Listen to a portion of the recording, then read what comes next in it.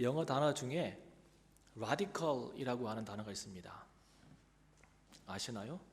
예. 이 radical이라고 하는 단어가 어떤 뜻이냐면 원래적 의미는요, 그 라틴어 안에서 원래적 의미는 the root of something이에요. 의미가 뭔가요? The root of something, 어떤 것의 뿌리 그리고 근본이라는 뜻입니다. 예, 그게 radical의 의미예요. 그래서 radical message의 의미는 본질적인 것을 터치해주는 설교라는 뜻입니다. 그런데 오늘날 이 radical이 다른 의미로 쓰여지고 있죠. 예, 급격한, 우리가 집사님 말씀하신 것처럼 급격한 그런 뜻이고 또 과격한 이런 뜻으로 바뀌었거든요. extreme으로 바뀌었습니다. 왜 그러냐면 그만큼 우리가 진리와 멀어져 있다는 뜻입니다. 본질적인 것을 말을 하는데 그것을 과격하게 이해하는 거죠. 그렇잖아요. 예. 본질적인 것을 십자가의 도와 하나님의 말씀의 진리를 이야기하는데 그것을 굉장히 과격해 라고 받고 있는 것은 그만큼 이 세대가, 사람들이, 교회가 본질로부터 많이 떨어져 있다고 하는 것을 반증하는 것입니다. 우리는 끊임없이 이 라디컬 메시지를 들어야 합니다. 어떻게 보면 과격하게 피부적으로 느낄 수 있는 그런 십자가의 복음을 들어야 합니다. 그것이 본질이고 우리의 뿌리이기 때문에 그렇습니다. 저는 한 번도 예수님께서 라디컬 프리처라고 생각해 본 적이 없습니다.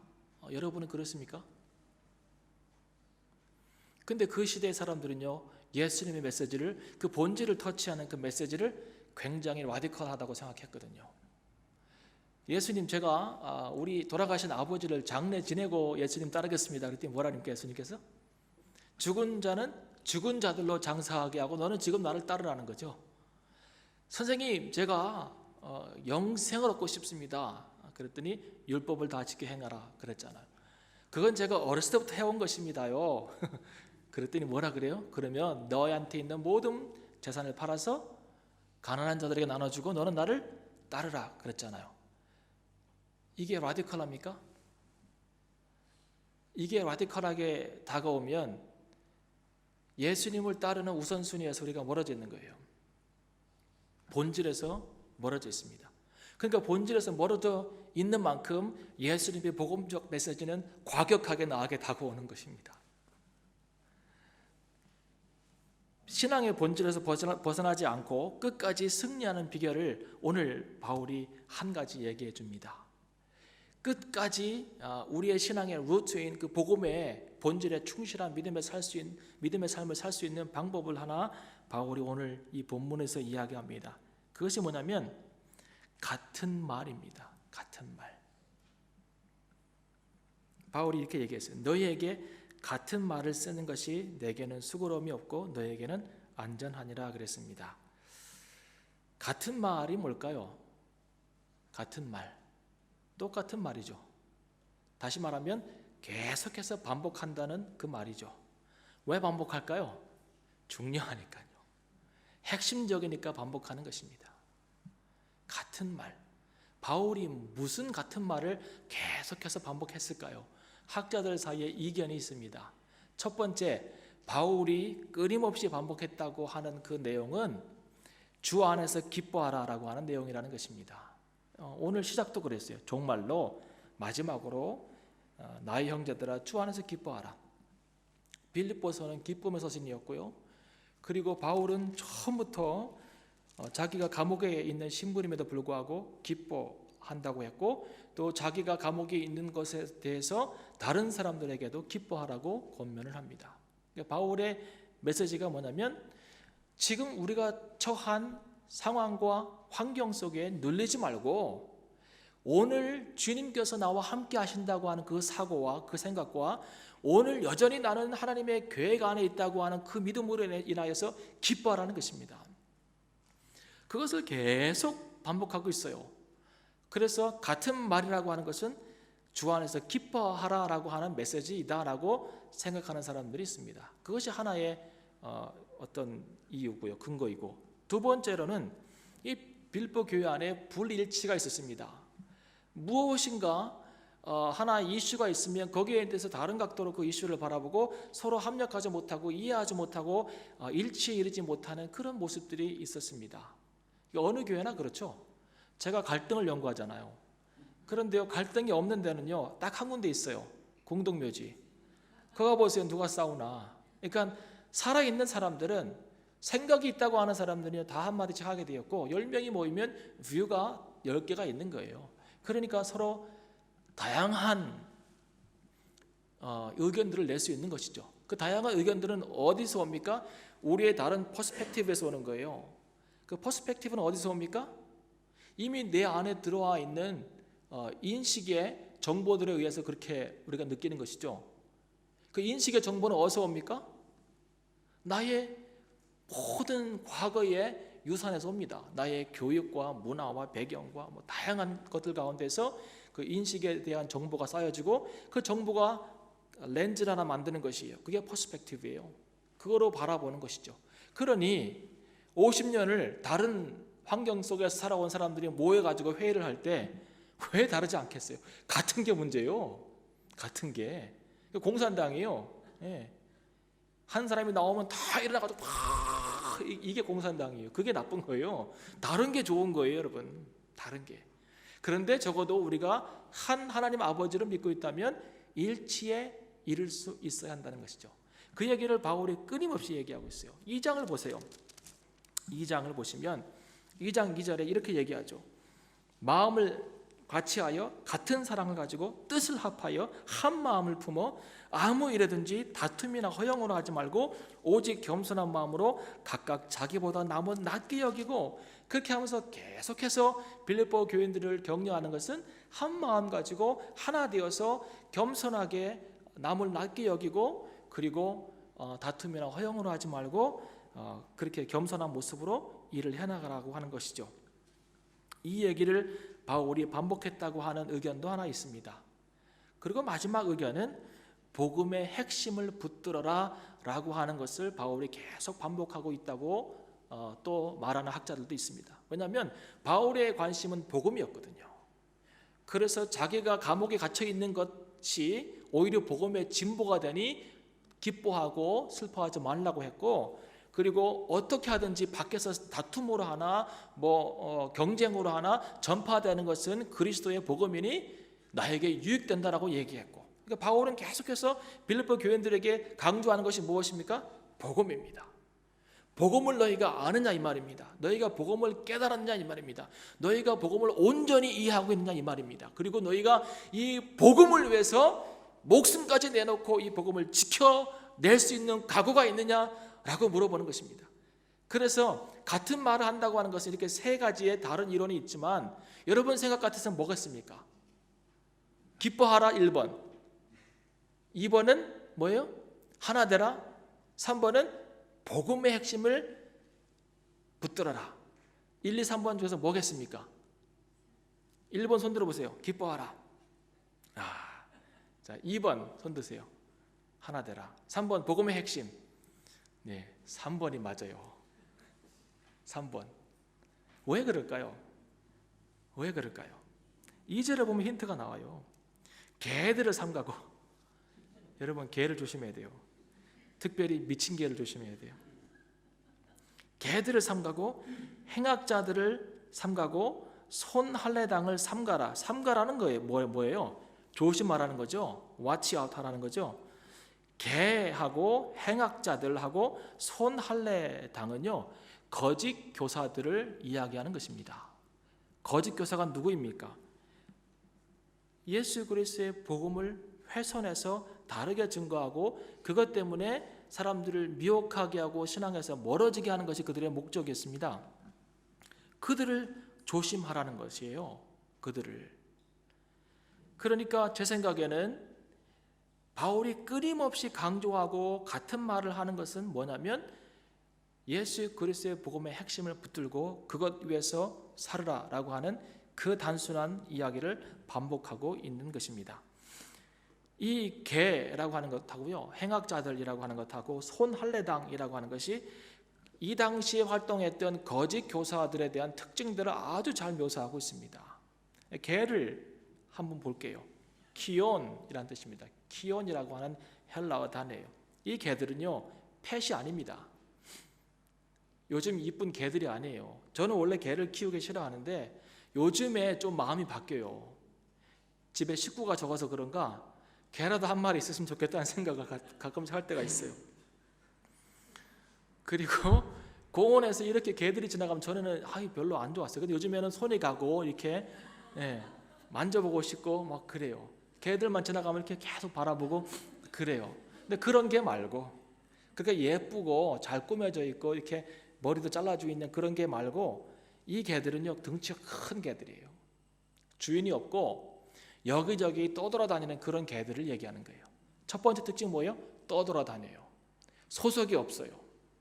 소속이 없이 떠돌아다녀요. 두 번째, 여기저기 널려있는 먹지 못할 것을 먹는 짐승들이에요. 아무거나 먹어요. 더러운 것을 먹어요. 세 번째, 그렇기 때문에 전염병을 옮겨요. 마지막 뭐예요? 사람들을 공격해요. 이것이 네 가지 이 개들의 특징이에요. 그러면 이 교사들이 어떤 사람들인지 알겠죠? 한 곳에 정처 없이 여기저기 떠돌아다니는 거예요. 그리고 먹지 못할 것들을 던져주는 거예요. 자기들도 그거 먹고 또 먹지 못할 것들을 던져주는 거예요. 세 번째 뭐예요? 영적인 전염병을 옮겨요. 마지막으로요, 교회와 믿는 자들을 공격해요. 아주 무서운 것들이에요. 더러운 것들이에요. 아주 재밌게도요, 이사야가 부패하고 타락한 영적인 지도자들을요, 개로 비유했어요. 저도 개가 되지 않기 위해서 열심히 노력해요. 술 취한 사람들을 개라고 하죠. 개 같다고. 영적으로 밟지 못하고 그리고 자기 배만 채우는 영적인 지도자들을요, 개라고 표현했어요.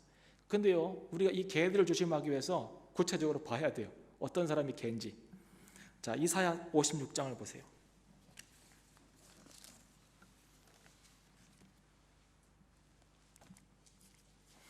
56장 10절을 보세요. 여러분, 이런 개들을 보거든 빨리 피하셔야 돼요. 이사야 56장 9절을 보시면, 들의 짐승들아, 산림 중의 짐승들아, 다 와서 삼키라 그랬어요. 자, 들에 있는 짐승이나 산림 중에 있는 짐승은요, 침략자들입니다. 그러니까 이스라엘, 특별히 유다 주변에 있는 강성한 나라들이에요. 지금 그 나라들에게 뭐 하라는 거예요? 와서 삼키라는 거죠. 이게 심판의 메시지예요. 그 파수꾼들은 소경이요. 파수꾼이 뭐예요? 영적인 파수꾼을 얘기하는 거예요. 영적인 파수꾼들이 뭐라고요? 소경이라는 거예요. 이스라엘의 영적인 리더들이 소경이라는 거예요. 소경이 뭔가요? 앞을 못 보는 자들이죠. 영적인 사람은, 꼭 리더 말고라도 모든 믿는 사람은 소경이 되어서는 안 돼요. 여러분, 진리에 눈을 떠야 돼요. 특별히 마지막이에요. 마지막 시대. 이제 정말 예전부터 마지막이라 했는데요, 이제 진짜 마지막이에요. 진짜 마지막이. 이 마지막 때 우리의 눈이 띄어서 진리가 어디 있는지, 누가 거짓을 얘기하는지 알아야 해요. 그런데 이 파수꾼들이 소경이 되었어요. 특별히 파수꾼은 망대 위에서 적이 오는가를 지켜보는 자들이잖아요. 그죠? 그런데 망대 위에서 적이 오는가를 지켜보는 사람이 소경이야. 그럼 이거 뭐 하겠다는 거예요? 안 지키겠다는 거죠. 오는 대로 빼앗기겠다는 거죠. 그거예요. 이스라엘의 목자들이 그랬다는 거예요. 두 번째, 다 무지하여 벙어리라. 벙어리 개라. 이 개라 나오죠, 그죠? 다 무지하여서 벙어리 개라는 거예요. 개가 벙어리예요. 적군이 오는데 짖지 못해. 이러고 있는 거예요. 웃기지 않아요? 이런 개는 뭐하러 키워요? 밥도 주지 마세요. 이스라엘의 영적인 파수꾼, 말씀을 지키고 영적인 방어를 해줘야 되고 하는 사람이 벙어리개라는 거, 짓지 못해요. 근데 실제로 이 벙어리개라고 하는 뜻은 아예 말을 못하는 게 아니에요. 자기에게 이익되고 사람들을 설득해서 그 사람들에게 있는 모든 것들을 탈취하기 위해서는 설득력 있는 말을 많이 해요. 그런데 진리에 대해서 입을 다물고 있는 것이 벙어리개의 의미예요. 이런 사람 조심하세요. 세 번째, 짓지 못하며 다 꿈꾸는 자요, 누운 자요, 잠자기를 좋아하는 자니. 자, 누워서 잠자기를 좋아한대요. 뭐예요? 게으른 거예요. 게으른 거예요. 그리고요, 허황된 꿈만 꾼대요. 잠자기를 좋아하고 꿈꾸는 자요라고 나와 있습니다. 허황된 꿈을 꾸는 거예요. 목사들이 허황된 꿈을 꾸기 시작하면요, 교인들이 피곤해요. 갈 수 없는 곳을 가자고 그래요. 할 수 없는 것을 하자고 그래요. 뭐 때문에? 자기 목적 때문에. 그런 사람 많이 봤어요. 교회 성도는요, 한 30명 모여 있는 교회에서, 다른 교회가 아니라 제 교회, 저 모교회 이야기예요. 저는 모교회가 없어요. 있다가 사라졌어요. 너무 가슴이 아파요. 그 교회에 어떤 목사님이 부임을 했어요. 근데 이 목사님이요, 대도 안 되는 성도들 숫자 가지고 다 가난한데 교회를 건축하재요. 그 사람들이 안 된다 그랬습니다. 우리가 믿음이 없어서가 아니라 지금은 때가 아닌 것 같습니다. 근데요, 일을 저질렀어요. 자기 혼자 땅을 계약하러 다녀요. 그래가지고요, 2명 남았어요. 그 집사님들도 나가고 싶었는데 그 목사님과의 관계 때문에 못 나가고 있었어요. 그래서 막 그분들 돈을 막 모아다가 건축을 시작하고 막 짓기 시작했어요. 이분들이 힘들지만 막 거기서 붙어서 막 애를 써요. 그 집사님 부부가. 그런데요, 어느 날 이 집사님 2분도 나왔어요. 왜 그런지 아세요? 예배를 드리는데 본인은 설교하고 집사님 두 부부 있고 자기 가족이 이렇게 있고, 저 뒤에는 시커먼 양복 입은 분들이 예배를 드리러 왔어요. 누군지 아시겠죠? 머리는 짧은데 뒤에서 예배를 잘 드려요. 정시에 와, 정시에. 뭐 하러요? 헌금 가지러. 얼마 없지만 그 가지러 오는 거죠. 근데 이 2분 집사님도 떠났어요. 왜 그런지 아세요? 어느 날 이 목사가 그랜저를 뽑아왔어요. 여러분, 이해가 돼요? 이해가 안 되죠? 이런 일이 있다니까요. 그걸 뭐라 하냐면 개라고 하는 거예요. 그게 개예요. 그게 여기서 말하는, 제 얘기가 아니에요. 성경이 개라고 하잖아요. 그게 개예요. 이런 개들을 조심하세요. 진짜 웃을 일이 아니에요. 그 뒤에를 보세요. 11절 보세요. 이 개들은, 개가 하나가 아니죠. 개들이죠. 이 개들은 탐욕이 심해요. 탐욕이 심하다고 하는 것은 은혜를 추구하기보다는 세상을 추구하는 거죠. 돈을 추구하고, 그 다음에 족한 줄을 몰라요. 족한 줄을. 나에게 오늘 주어진 것에 대해서 감사하고 만족하고, 그것이 하나님께서 나에게 오늘 채워줄 수 있는 분량이기 때문에 감사할 줄을 모르는 거예요. 세 번째, 더 보세요. 다 자기 길로 돌이키며 어디 있는 자이든지 자기 이만 도모하며 자기 이익만 추구해요. 그리고 영적인 이해가 없어요. 그 다음에 마지막 12절, 피차 이르기를 오라, 내가 포도주를 가져오리라, 우리가 독주를 잔뜩 먹자. 이게 뭐예요? 방탕하고 사치하는 거예요. 그리고 오늘같이 또 크게 넘치리라, 내일도 오늘같이 크게 넘치리라. 매일의 삶을 그렇게 사치와 방탕으로 살겠다는 것이죠. 이런 사람들 많습니다. 성도도 많고 목사도 많고, 특별히 영적인 지도자 중에서 이런 사람들이 있으면 조심해야 돼요. 이런 개들이 많아요. 진짜로 많아요. 그리고 그들을 닮아가려고 하는 강아지들도 많아요. 돌아다니면서 집회를 많이 해요. 돌아다니면서. 나는 왜 자기 교회에 내놓고 돌아다니는지 모르겠어요. 웃을 일이 아니에요. 왜 자기 교회에 내놓고 돌아다녀요? 자기 교회에서 목회해도 힘들어요. 말씀 준비가 쉬운 것 같아요? 아니요. 어떨 때는 지어 짜도 안 나와가지고 내가 막 미치나 막 그런 생각할 때가 있어요. 설교 준비할 때. 근데 왜 돌아다니면 집회를 많이 열어요. 먹지 못할 것을 주고요, 영적인 전염병을 일으키고요, 교회들을 공격해요. 누구라고 이러면 안 되겠어요. 가끔씩 여기 런던에도 이런 분들 오시는 것 같아요. 나는 왜 오는지 모르겠어요. 문제는 이런 개들이 주는 먹지 못할 음식을 먹고 영적인 전염병을 옮아가지고 교회를 힘들게 하는 사람들도 있다는 거죠. 여러분, 분별력을 가지고요 가면 안 돼요. 그렇죠? 이 미친 개에 물리면요 약이 없어요. 이 거짓 선지자가 이렇다는 거예요. 개들 같이. 두 번째, 행악하는 자들이 있어요. 다시 빌립보서 3장으로 돌아오면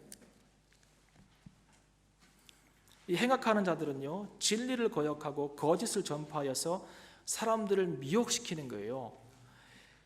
여러분, 가장 악한 사람이 누군지 아세요? 내 돈 훔쳐가는 사람? 나쁜 놈이죠. 나의 사업을 망하게 하는 사람 나쁜 놈이죠. 나의 육체에 상해를 입히는 사람, 우리 가족 중에 누구를 괴롭히는 사람, 내 차를 몰래 긁고 도망가는 사람 다 나쁜 놈이죠. 행악하고. 그런데요, 가장 나쁜 놈이 뭔지 아세요? 우리의 영혼에 독을 타는 놈이 나쁜 놈이에요. 그 용서할 수 없어요. 그것은. 왜요? 나의 영원한 삶을 뺏어가는 거니까. 그래서 바울이 그들은 행악자라, evil doer라고 얘기하잖아요. 나쁜 놈들이에요. 거짓 선자들이. 근데 거기에 속으면 안 되는 거예요. 그런 사람들이 있어요. 마지막 손할례자, 카타토멘이라고 하는 헬라어 단어인데요, 절단한 자란 뜻이에요. 절단한 자. 뭘 절단했어요? 자기 육체의 표피를 절단한 것이죠. 이 사람들이 뭘 얘기하냐면 신앙의 외부적 조건, 그러니까 형식과 의식만 만족하면은 신앙생활을 잘한다고 하는 율법주의자, 형식주의자의 말씀을 가르치기 때문에 위험한 거예요. 이 손할례당이. 자, 이런 사람들이 있어요. 자, 이 거짓 교사들의 문제점은 뭐냐면 복음을 훼손한다는 거예요. 그리고 복음을 훼손하는 것이요 아주 구체적인 내용들이 있습니다. 첫 번째, 구원의 조건에 할례를 집어넣는 것이에요. 구원의 조건에 그 어떤 것도 들어갈 수 없습니다. 그런데 이 사람들은 구원의 조건에 반드시 할례를 행해야 된다고 이야기하고 있어요. 복음을 훼손하는 것이죠. 특별히 그리스도의 십자가를 헛되게 하는 거예요. 아니, 예수님께서 왜 십자가에 돌아가셨나요? 우리 모든 사람들에게, 믿는 자들에게 구원의 길을 열어주시기 위해서 십자가에 돌아가신 거 아니에요. 그것으로 충분해요. 그것으로. 그럼 할례를 받아야 그게 구원의 조건이라면 여자들은 어떻게 해요? 말도 안 되는 소리를 하고 있는 거예요, 여기 안에. 그런데 사람들이 믿어요. 복음이면 충분합니다, 여러분. 구원받기 위해서. 로마서 1장 16절에 뭐라고 하는지 아세요? 내가 복음을 부끄러워하지 아니하노니 이 복음은 모든 믿는 자에게 구원을 주시는 하나님의 능력이 됨이라. 첫째는 유대인에게요, 둘째는 헬라인에게로다라고 얘기했어요. 이 복음은 모든 믿는 자에게 구원을 주시는 하나님의 능력이래요. 복음으로 충분하다는 얘기죠, 그죠? 고린도전서 1장 18절에 보면 이런 말씀합니다. 십자가의 도가, 복음이죠. 십자가의 도가 멸망하는 자들에게는 미련한 것이나 구원을 얻는 우리에게는 하나님의 능력이라고 그랬습니다. 똑같은 말 하고 있는 거예요. 복음이면 충분합니다, 여러분. 거기다가 다른 거 섞으면 안 돼요. 특별히 바울이 에베소서 2장 8절에 구원의 조건을 아주 분명히 얘기하고 있어요. 뭔지 아세요? 오직 은혜로 인하여 믿음으로 말미암아 구원에 이른다는 것이에요. 뭐래요? 은혜로 인하여 믿음으로 말미암아. 영어로 하면 더 잘 이해할 수 있어요. 구원은요, by grace through faith예요. 이게 구원의 조건이에요. 여기다 더 더할 수가 없고 뺄 수도 없어요. by grace through faith. 그런데 grace 앞에 by God's grace를 집어넣어야 되고 through 하고 faith 사이에 my를 집어넣어야 돼요. by God's grace and through my faith예요. 이게 구원의 조건이라고요. 하나님의 엄청난 은혜가 우리에게 주어졌을 때 내가 믿음으로 반응하면 구원에 이를 수 있는 거예요. 거기다 그 어떤 것도 집어넣을 수 없어요. 이 유대주의자들처럼 할례의 조건을 집어넣을 수도 없고 캐톨릭처럼 선행이라고 하는 거 집어넣을 수도 없어요. 그런데 많이 집어넣잖아요. 이 복음을 훼손하는 사람들을 조심해야 돼요. 바울이 같은 말을 계속 쓰고 있는 게 뭔지 아세요? 복음에 무엇을 타는 자들을 경계하라는 것이죠. 여러분, 우리 교회 웹사이트에 가면 제가 그 인사말을 이렇게 써놨어요.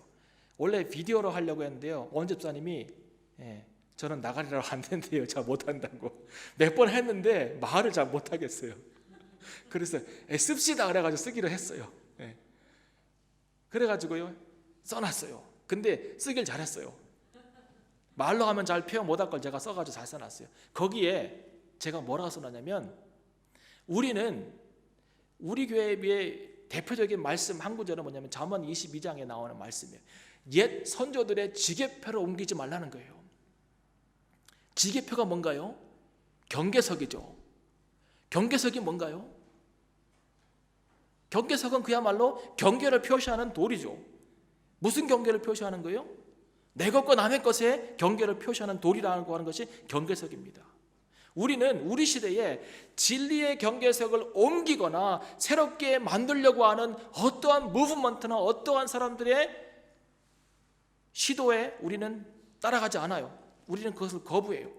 그리고 옛 선조들이 가졌던 순수한 그 순교적 신앙을 가지고 그리스도의 순도 있는 복음을 선포하기 위해서 절대 타협하지 아니하고 이 복음으로 말미암아 승리하는 신앙생활을 하는 것이 우리의 목표라고 제가 써놨어요. 이것이 우리가 갈 길이에요. 이것이 오늘날 많은 사람들이 이 진리의 경계석을 옮기려고 해요. 새롭게 첨가하기도 하고 빼버리기도 하고. 그러면 우리는 죽는 거예요. 우리는 죽는 거예요. 끝까지 지켜야 돼요. 여러분, 여러분의 사명이 뭔지 아세요? 마지막 때를 살아가는 성도의 사명이, 마지막 때를 살아가는 교회의 사명이 뭔지 아세요? 이 진리를 끝까지 붙잡는 거예요. 예수 그리스도의 복음 위에서 내 목숨까지도 내려놓을 수 있는 그런 믿음을 가져야 해요. 지금 다른 데 기웃거릴 때가 아니에요. 구원의 조건에 할례를 넣는 것이 그들의 문제였어요. 또 한 가지는 신앙생활의 형식과 의식을 너무 강조한 것이죠. 여러분, 신앙생활의 형식과 의식이 필요합니다만은 그것만 강조하면요 썩습니다. 생명이 없는 거예요.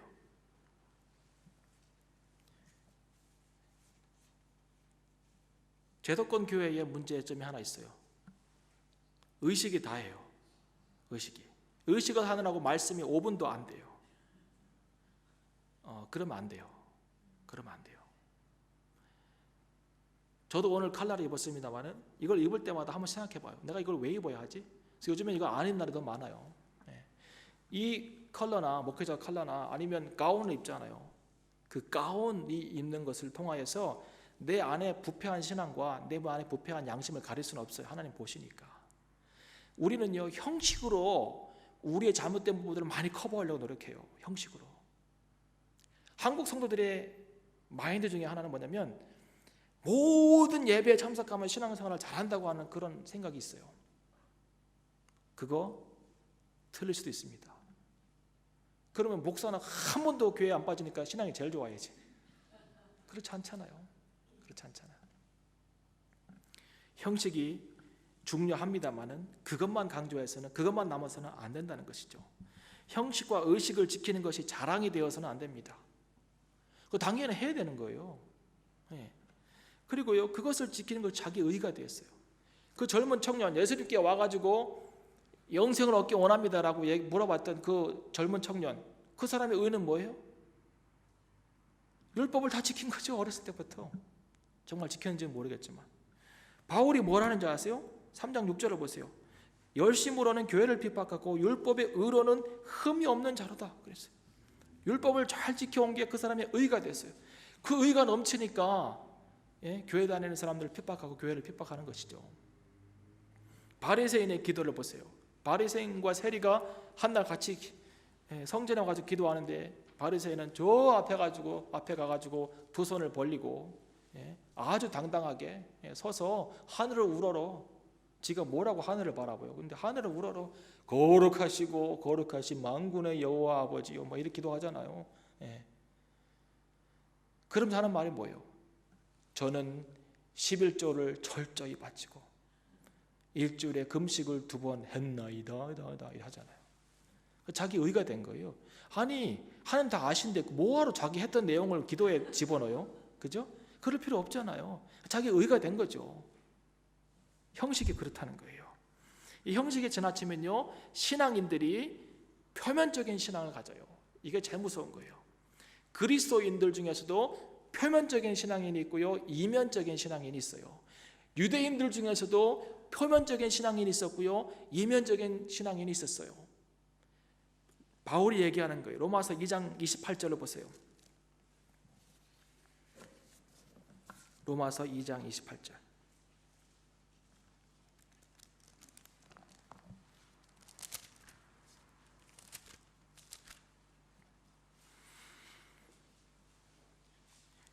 로마서 2장 28절에 보면 이런 말씀이 있습니다. 대저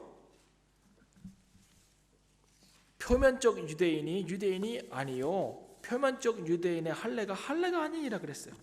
자, 지금 이게 거짓 교사들이 강조하는 게 뭐예요? 육체의 할례죠. 예. 육체의 할례만 하고 내가 유대인이고 하나님의 자녀라고 하는 그런 의식과 생각 속에 살아가는 사람은 표면적인 유대인이라는 거예요. 그래, 내가 안다. 너희들은 할례도 행했고 율법도 지켰고 제사와 절기를 지켰다. 그래. 그러나 내가 보니까 너희는 표면적인 유대인이라는 거예요. 이게 뭐예요? 오늘날 유행하는 말로 치면 무늬만 유대인이라는 거예요. 무늬만. 하나님께서 이들에게 질문하는 게 뭔지 아십니까? 표면적인 유대인. 그러니까 갖춰야 되는 형식만 갖추고 제도 안에서 따라야 할 것만 잘 따르고 있는 그런 유대인을 향하여서 예수님께서 하시는 말씀이 뭔지 아십니까? 하나님께서 하시는 말씀이 뭔지 아십니까? Where is your heart? Where is your heart? 내가 너희들이 형식을 지키는 것을 알겠다마는 너의 마음이 어딘가 이 말입니다. 너의 마음이. 시편 50편에 보면 50편 8절에 하나님께서 심판에 대한 이야기를 하시면서 이런 얘기를 해요. 내가 너희들이 드린 제단의 제물로 인하여는 너희를 책망하지 아니하노니 너희의 제물이 항상 내 앞에 있었다는 거예요. 이 말은 뭐예요? 그들이 제사와 절기를 지키고 드리는 것에는 조금도 부족함이 없이 열심으로 했다는 거예요. 그런데 책망할 게 있다는 거예요. 오늘 뭐예요? Where is your heart?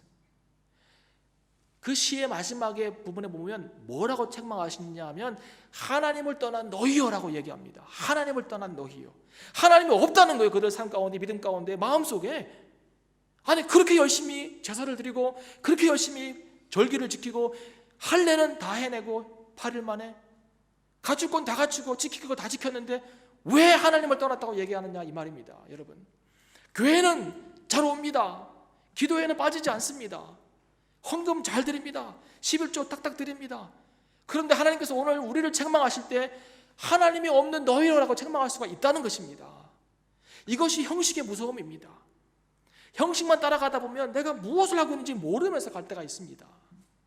지금 이 거짓 교사들의 문제는 뭐냐면 모든 사람들이 신앙의 본질을 버린 채 형식에만 추구하도록 만들어 놓는 것입니다. 왜요? 왜 그렇게 할까요? 왜? 그래야 컨트롤하기가 쉽거든요. 형식이요, 사람을 얽어매는 능력이 있습니다. 그 안에 내용이 있어야 합니다. 하나님의 마음을 담고 살아야 합니다. 그래서 바울이 뭐라고 얘기합니까? 29절에 오직 이면적 유대인이 유대인이라. 이면적 유대인이 유대인이라는 거예요. 바깥으로 표시되는 유대인이 유대인이 아니라 안쪽으로 inwardly라고 해요. inwardly. 안쪽으로 표시가 나는 사람이 진짜 유대인이라는 거예요. 그럼 안쪽으로 표시를 어떻게 낼까요? 두 가지를 얘기해요. 하나는 뭔지 아세요? 마음의 할례를 받아라는 거예요. 마음에. 할례는 마음에 행할지니 그랬어요. 할례는 마음에 행할지니. 이게요, 바울의 말이 아니에요. 예레미야가요, 이스라엘 사람들의 타락하는 모습을 보니까 너무 마음이 아픈 거예요. 그러면서 할례 받은 백성이라고, 선택받은 백성이라고 얼마나 뻐기고 다니고 목이 고든지 막 이러고 다니잖아요. 이러고. 예. 근데 죄는 있는 대로 다 짓고 하나님 말씀만 안 지키고 불순종하고 우상 숭배하고 그러는 거예요. 그래서 예레미야가 뭐라고 선포한지 아세요? 예레미야 4장 4절에 보면 너희 이스라엘 백성들아 내 말 좀 들으라는 거예요. 화가 나가지고. 뭐라고 하는지 아세요? 너희는 마음의 가죽을 베라는 거예요. 육체의 가죽을 베지 말고 마음의 가죽을 베라. 그리고 제발 여호와께 속하라는 거예요. 육체의 가죽을 벤 다음에 지 맘대로 살고 세상에 속한 것이 아니라 마음의 가죽을 베고 여호와께 속하라고 이야기하고 있어요. 이것이 이면적인 유대인이고, 이렇게 살 때 이면적인 그리스도인이 되는 거예요. 표면적인 그리스도인이 안 되는 거예요. 여러분, 표면적인 그리스도인이 되면 안 돼요. 구원이 없어요. 그 안에. 한국 교회가요, 교회만 오세요, 교회만 오세요 그러잖아요. 교회만 가셔도 안 돼요. 그 안에서 영적인 각성이 있어야 돼. 그 안에서 하나님의 성령이 내 안에 사시는 것을 내가 경험을 해야 돼요. 그 안에서 성령이 나를 이끌어 가시는 것을 내가 경험해야 되고 순종해야 돼요. 그렇지 않고는 나는 영의 사람이 아니에요. 영의 사람. 교회 다녀도 육적인 사람이 될 수 있다니까요. 워치만리의 스피리추얼맨을 읽어야 돼요. 다 읽어야 돼요. 교회 안에 수두룩하게 육체로 사는 사람이 많다고 그래요. 제가 보니까 그래요. 마음의 표피를 잘라야 돼요. 요엘이요, 또 보니까 멸망 직전인데 아직도 정신을 못 차렸거든. 예레미야보다 더 뒤에 요엘이 선포하잖아요. 근데 요엘이 보니까 이제는 진짜 멸망이 막 몰려오는데 막 두렵고 떨린 마음으로 기다리고 있는데 아직도 정신을 못 차려요. 그런데 지들은 회개한다고 그래요. 어떻게? 잿더미에 앉아가지고 이렇게 재를 뿌리면서 옷을 찢으면서 회개하나이다, 회개하나이다. 옷을 찢고 앉아 있는 거예요. 왜냐하면 그게 회개의 모습이니까. 요엘이 보니까 화가 나요, 안 나요? 화가 나죠. 뭐라 했을까요? 옷을 찢지 말고 마음을 찢으라고 그러잖아요. 마음을. 그러니까 우리의 신앙은 이 마음과 관계된 것이에요. 형식에 관계된 것이 아니라. 여러분 마음이 어디에 있습니까? 오늘 여러분의 신앙이 어디에 있습니까? 이면적인 그리스도인의 첫 번째 표시는 마음의 할례를 행하는 거예요. 두 번째 표시는 보세요. 신령에 있고, 할례는 마음의 알전에 신령이 있고 의문에 있지 아니한 것이라 그 칭찬이 사람에게서가 아니요 다만 하나님에게서니라 라고 얘기했습니다. 신령에 있고 의문에 있지 않다.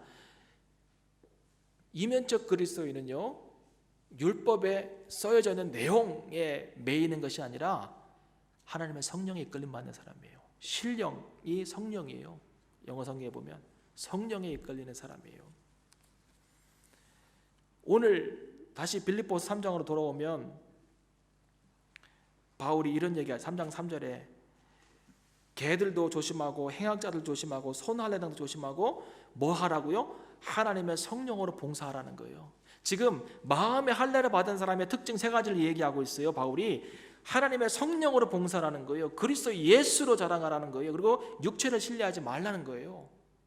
그 중에 첫 번째가 하나님의 성령으로 봉사하라는 거예요. 이 봉사는요, 일하는 게 아니에요. 이 봉사의 헬라어 단어는 워십이에요. 예배예요.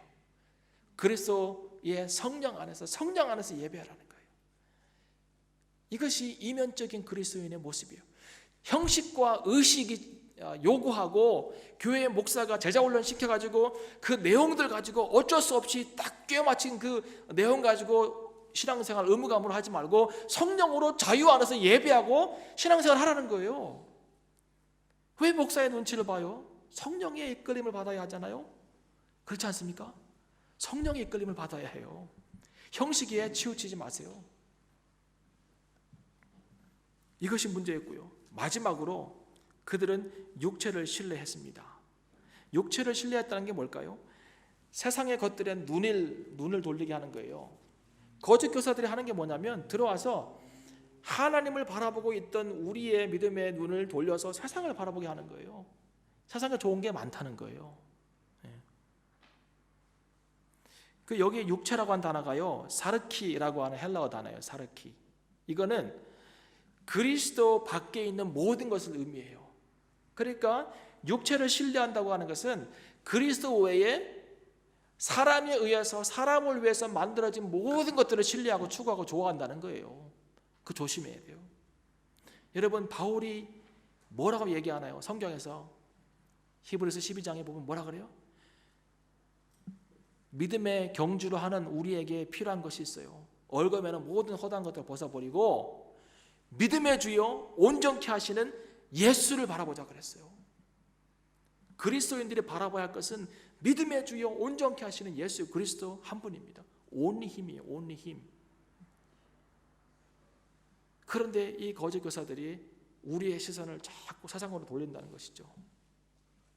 여러분, 이 거짓 교사들이요, 실체가 아니에요. 어떻게 보면 실체가 아니에요. 누가 들어와서 여기서 서가지고 이렇게 설교하는 그 설교자의 실체가 아니라고요. 어떻게 보면 이 시대를 주름잡고 있는, 지배하고 있는 사상일 수도 있고요, 문화일 수도 있어요. 이 거짓 교사가. 우리는 어떤 나 그 사람만 조심하면 돼, 나한테 그런 말 할 때 그 사람 말만 조심하면 돼, 이게 아니에요. 우리가 보이지 않는 이 공간 안에 흘러가고 떠돌아다니는 지배적인 생각과 문화와 철학과 가치관이 있다고요. 그것을 조심해야 된다는 거예요. 지금 바울의 말씀이. 여러분, 비디오도 잘 봐야 돼요. 설교도 잘 들어야 돼요. 제 설교만 들으라는 얘기는 아니에요. 그런데요, 잘 들어야 돼요. 정말 잘 들어야 돼요. 여러분, 아주 좋은 것 안에 little bit 독을 섞으면 그게 쌓이면 어떻게 돼요? 죽잖아요. 많이 안 섞어요. 아주 little bit 섞는 거예요. 근데 거기에 자꾸 들어와서 쌓이면 결국 죽는 것이죠. 그리스도 예수로 자랑하라 그랬습니다. 오늘 본문에 그리스도 예수로 자랑하라. 이 말은 원문으로 보면 그리스도 예수 안에서 자랑하라는 거예요. 그리스도 예수 안에서. 세상에서 내가 갖고 있는 것, 소유한 것을 자랑하지 말고 그리스도 예수 안에 자랑하는 거죠. 마지막으로 성경 한 구절 펴보겠습니다. 갈라디아서 6장 14절.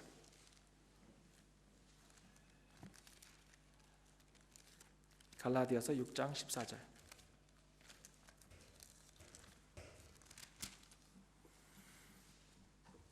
그러나 내게는 우리 주 예수 그리스도의 십자가 외에는 결코 자랑할 것이 없나니. 바울이 고백입니다. 바울이 이 고백하는 거예요. 나는 자랑할 것이 예수 그리스도 십자가 외에는 없다는 거예요. 여러분, 이런 삶이 되어야 합니다. 뭐 더 자랑하시겠어요? 그러면서 하는 말이 뭔지 아십니까? 그리스도로 말미암아 세상이 나를 대하여 십자가에 못 박히고 내가 또한 세상을 대하여 그리하니라 그랬습니다. 이 말이 뭘까요? 바울이 지금 이 얘기하고 있는 핵심은 I died예요. I die in Christ and with Christ예요. 나는 예수 안에서 죽었고 예수와 함께 죽었다는 거예요. 이것이 첫 번째 메시지예요. 그리스도인은 예수와 함께 예수 안에서 죽어야 돼요. 그래서 바울이 두 번째로 하는 게 뭔지 아세요? I have nothing to do with the world예요. 말이 뭐예요? 나는 이제는 더 이상 세상과 상관할 것이 없다는 거예요. 이랬으면 참 좋겠어요. 이랬으면 I have nothing to do with the world. 이런 삶을 살아가야 돼요. 아직도 세상에 뭔가 할 일이 남아있다고 생각하면 안 돼요. 물론 복음 증거하고 이런 일은 해야 되겠지만 내가 어떤 내 개인을 위해서 I have nothing to do with the world. 바울이 고백하고 있는 것이죠. 여러분, 요한 1서 4장 1절에 사랑하는 자들아 영을 다 믿지 말고 오직 영들이 하나님께 속하였나 시험하라 그랬습니다. 그 다음에 하는 말씀이 뭐냐면 많은 거짓 선지자가 세상에 나왔습니다 그랬습니다. 세상에 이미 1세기 때 많은 거짓 선지자가 나왔어요. 지금은 더 많아요. 그래서 성경이 우리에게 알려주시는 것은 뭐냐면 영을 다 믿지 말고 영을 시험하라는 거예요. 그것이 영어로는 test the spirits to see whether they are from God이에요. 그러니까 그 영들이 하나님께로부터 왔는가를 테스트해 보라는 거죠. 알기 위해서 테스트해 보라는 것이죠. 여러분, 어떻게 테스트해요? How? 우리가 어떻게 그 영들을 테스트해요? 어떻게 알아요? 그 가르침들을. 그 스탠다드는 뭐예요? 말씀이죠. 어떤 말씀? 같은 말. 바울이 같은 말을 계속 하잖아요. 복음의 핵심. 같은 말이 지겨우면 안 돼요, 여러분. 제가 술 먹고 하는 얘기가 아니잖아요. 중요해서 하는 얘기잖아요. 이 같은 말이 굉장히 중요해요. 복음의 핵심을 붙잡아야 돼요. 복음의 핵심 뭐예요? 십자가를 위해서 나를 부인하는 거예요. 나는 없는 거예요. 근데 자꾸 이 사람들 보면 네가 왜 없어? 네가 높아져야지. 야, 네가 없으면 세상도 없는 거야. 이런 얘기 하잖아요. 그럼 나 이러잖아요. 우쭐해지고 내가 막 아니요. 내가 없어져야 돼요. 내가. 그리고 나에게 주어진 십자가를 지고 가는 것이죠. 자기를 부인하고 자기 십자가를 지고 예수를 따라가는 게 복음의 핵심이에요. 그것이 여기 보면 바울이 얘기했잖아요. 빌립보서 3장 1절을 돌아가 보세요. 정말로 나의 형제들아 주 안에서 기뻐하라. 내가 너희에게 같은 말을 쓰는 것이 내게는 수고로움이 아니고 그 다음에 중요해요. 너희에게는 뭐라고요? 안전하니라 그랬어요. 여러분 신앙생활에서 가장 안전한 게 뭔지 아세요? 복음을 온전히 이해하고 그 복음을 위해서 사는 것이 가장 안전한 거예요. 어디 좋은 설교자 왔다고 막 가지도 마세요. 오늘 내가 복음을 온전히 이해하고 있으면 그게 가장 안전한 거예요. 그리고 오늘 내가 그 복음 때문에 주님 내가 오늘 그 복음 때문에 죽을 수도 있습니다. 죽을 각오 되어 있습니다 라고 순교적 신앙을 갖고 있는 것이 가장 안전한 거예요. 거기가 가장 안전한 장소예요. 여러분 안전합니까? 오늘 그러면 물어봅니다. 마지막으로 제가 물어봅니다. 여러분 안전합니까? 안전한 곳에 있습니까? 선이야 안전해? Are you okay? Are you safe? 물어보는 거예요. 왜? Yes 할 수 있어야 돼요. 그래 내가 지금 복음을 이해하고 있는 것이고 복음 때문에 내 목숨까지 내려놓을 수 있다고 하는 순교적 신앙도 갖고 있는 것이에요. 이게 안전한 거예요. 돈 많이 쌓아놓고 돈으로 병풍을 치면 안전할 것 같아요? 날아가요. 네, 날아가요. 다 날아가요. 지하 벙커에서도 안전하지 않아요.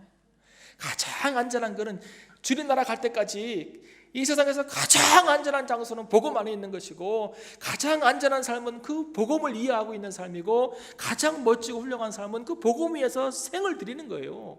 바울이 그랬잖아요. 바울이 어떻게 이 얘기를 할 수 있을까요? 그게 가장 안전하다고 하는 얘기를 어떻게 할 수 있을까요? 자기가 느낀 거 아니에요. 복음 위에서 1차, 2차, 3차 여행을 마치고 로마까지 가고 감옥에 있고 해도 지금 감옥에서 언제 죽을지 모르지만 가장 안전하다는 걸 알고 있는 거잖아요. 바울이. 그죠? 여러분 안전합니까? 안전해야 돼요. 그래서 예수 안에 있는 것이 가장 안전한 삶이에요. 이 안전한 삶을 사세요.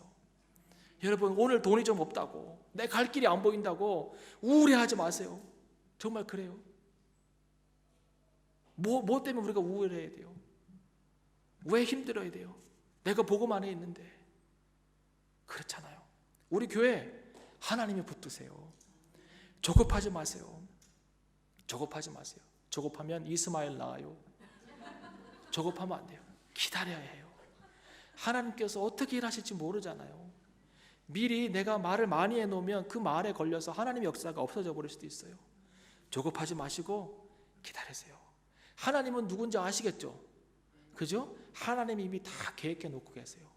하나님은 급할 것 없이 다 이렇게 진행하고 있는데 왜 우리가 못 견디냐고요. 대학 발표도 다 나요. 때 되면 이 발표도 다 나요. 때 되면 누구와 또 이어갈지 어떤 분이 또 하실지 우리 교회는 어떻게 세워가실지 하나님이 다 아신다고요. 오늘 우리가 복음 안에 있고 교회가 복음 안에 있으면 가장 안전한 거예요. 어이고 사울리에는 우리가 안전하지 않은 거 아니에요. 복음 안에 있으면 안전해요. 하나님이 지키십니다.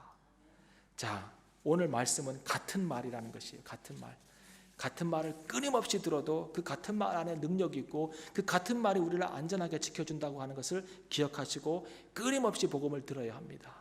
기도하겠습니다.